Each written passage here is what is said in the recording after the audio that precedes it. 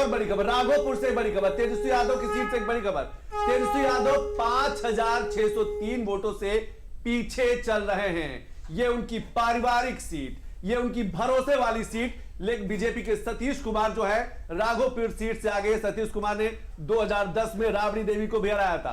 हालांकि पिछले 2 बार से कहा जा सकता है कि राघोपुर से तेजस्वी यादव विधायक रहे हैं, इस सीट पे उन्होंने जीत दर्ज की है और यादव बाहुल्य, इसीलिए लालू परिवार इस पर बड़ा भरोसा करता है। लेकिन अभी इस बहाव में इस कहा जा सकता है कि सुनामी में तेजस्वी यादव को भी अपनी सीट बचती हुई नजर नहीं आ रही है, क्योंकि उनकी सीट भी संकट में है, खतरे में है। 5000 का बड़ा मार्जिन होता है, हमें लगता है वीरेंद्र भट्ट जी।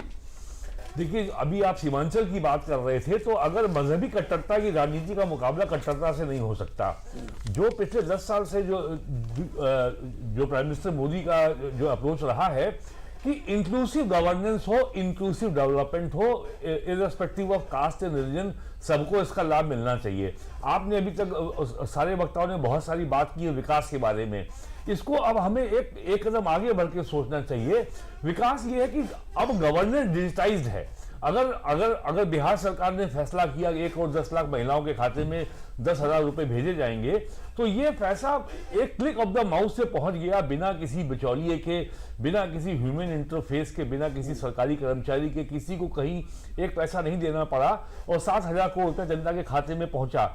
ये बिहार के लोगों के लिए एक नया चमत्कार है कि उन्होंने जीवन में कभी ये सोचा नहीं था कि उनको सरकारी योजनाओं का लाभ बिना किसी को रिश्वत दिए मिल जाएगा, आवास मिल जाएगा। तो अब ये मामला विकास एक कदम आगे बढ़ चुका है। और जाति कट्टरता, मजहबी कट्टरता, किसी किस्म की कट्टरता मूलतः नेगेटिव होती है। तो इस नेगेटिविटी का विचार केवल ये है कि लोगों में ये भावना, लोगों में ये संदेश दिया जाए कि नहीं, समावेशी मिलजुल करके इंक्लूसिव विकास भी हो सकता है अगर हम टेक्नोलॉजी का सही से हम अगर डिप्लॉय करें। ये बिहार में सामने दिखाई पड़ रहा है आज। और तकनीक के इस्तेमाल की जब बात करते हैं, डिजिटलाइजेशन की जब बात करते हैं, तो हिंदुस्तान बहुत आगे निकल चुका है और उसका असर राज्यों में पड़ रहा है।